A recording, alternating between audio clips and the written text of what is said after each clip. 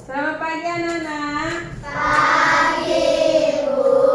Gimana kabarnya hari ini? Baik, sehat, semangat. Yes, yes, yes. Oke, terima kasih. Hari ini kelasnya Ibu bagi dua ya. Yang sebelah sini dia di kelas 5. Kemudian kelas 4. Oke, kalau kelas 5 itu kita belajar tentang IPA. IPAS ya, bahasa yang kalau kelas 4 kita belajar bahasa Indonesia.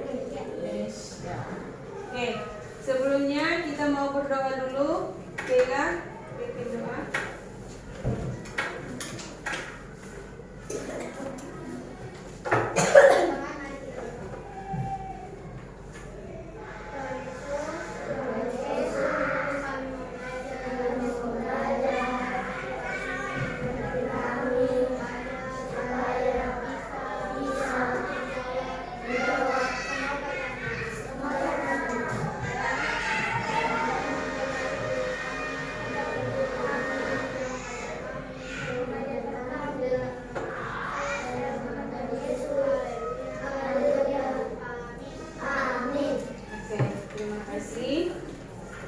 Kita mau menyanyikan satu lagu wajib yaitu Padamu Negeri. Bisa ya? Bisa. Ayo. 1, 2, 3 ya. Padamu negeri kami Berjanji. Padamu negeri kami Berbakti. Padamu negeri kami Mengabdi. Bagimu negeri jiwa raga kami. Oke, terima kasih. Nah, ada hari ini yang tidak masuk. Kelas 5 masuk semua. Kelas 4 ada satu orang yang kosong. Siapa yang tidak masuk kelas 4? Dia izin, sakit atau kemana? Izin. Oke, kita mulai pelajaran kita ya. Nah, Ibu akan memulai di pelajaran kelas 5 dulu, yaitu IPAS. Nah, IPAS ini kita belajar tentang alat gerak dan fungsinya. Apa? Alat gerak dan fungsinya. Dan fungsinya. Kira-kira apa sih alat gerak pada manusia? Alat gerak yang pertama itu, alat gerak itu ada dua. Yang pertama itu adalah otot dan tulang, ya. Otot itu dia ada di dalam tubuh kita. Kalau tulang juga ada di dalam tubuh, itu ditutupin oleh kulit, ya. Ini kan kulit, jadi tulangnya itu ada di dalam. Nah, otot itu ada terbagi menjadi 3, yaitu yang pertama otot polos. Yang kedua, otot jantung. Yang ketiga, otot lurik.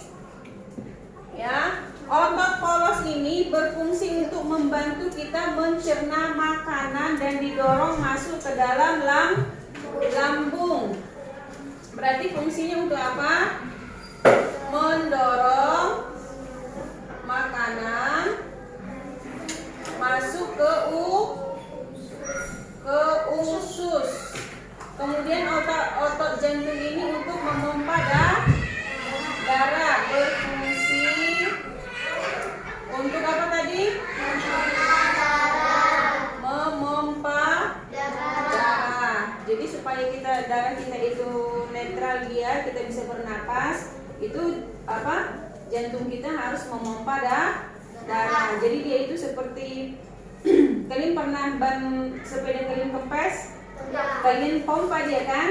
Ya. Supaya udara masuk ke pori-pori ban tersebut. Nah, jantung manusia itu juga seperti itu. Dia punya alat pompa di dalamnya supaya darah kita itu mengalir ke seluruh tubuh. Supaya tidak ada penyumbatan darah. Jadi jantung kita juga harus normal. Yang ketiga adalah lurik. Otot lurik ini membantu kita untuk menegakkan tubuh. Jadi ini fungsinya supaya kita itu kalian pernah lihat orang yang kecelakaan nggak? Kalau dia patah tulang itu dia jadinya nggak bisa lurus kan, dia begini. Kenapa dia begitu? Karena tulangnya itu sudah patah. Jadi yang makanya kita bisa berdiri tegak seperti ini, jalan seperti ini biasa tegak, tidak pincang sebelah. Itu karena kita mempunyai otot lurik. Jadi itu fungsinya. Ya. Paham? Ada yang mau bertanya enggak? Jadi alat gerak manusia itu terbagi atas dua, yaitu otot dan tulang. Kemudian otot itu ada tiga, otot polos, otot jantung, dan otot lurik. Kemudian tulang. Yang kedua itu adalah tulang. Tulang ini juga berfungsi untuk membuat tubuh kita berdiri dengan tegak. Tapi dia dilapisi di dalam kulit.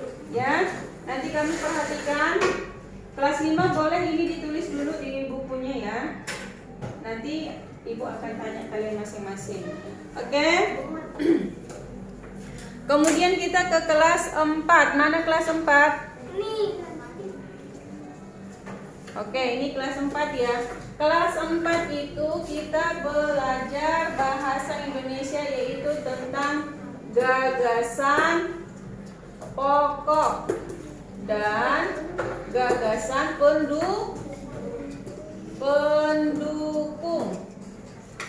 Nah, kalau gagasan pokok ini misalnya pohon, ya. Pernah lihat pohon? Pohon itu bisa berdiri karena ada apa?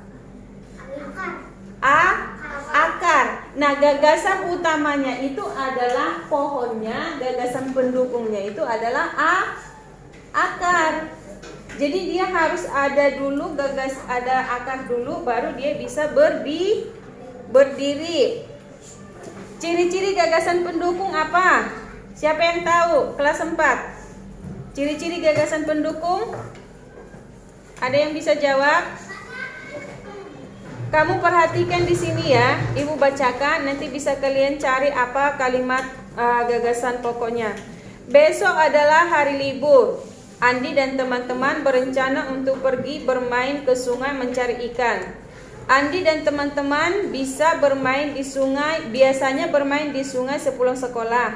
Tetapi karena besok adalah hari libur, Andi dan teman-teman bisa bermain di sungai sejak pagi hari. Nah, mereka mempunyai rencana untuk bermain di sungai. Kenapa mereka berencana untuk bermain di sungai mulai dari pagi sampai sore? Karena besok hari libur. Nah, gagasan utamanya apa atau gagasan pokoknya di situ apa?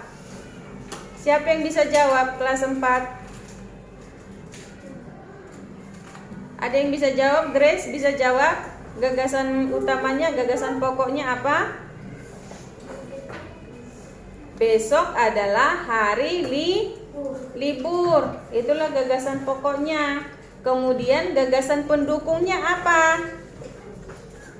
Andi dan teman-temannya berencana berenang di sungai mulai dari pagi sampai sore karena besok hari itu adalah gagasan pendukung.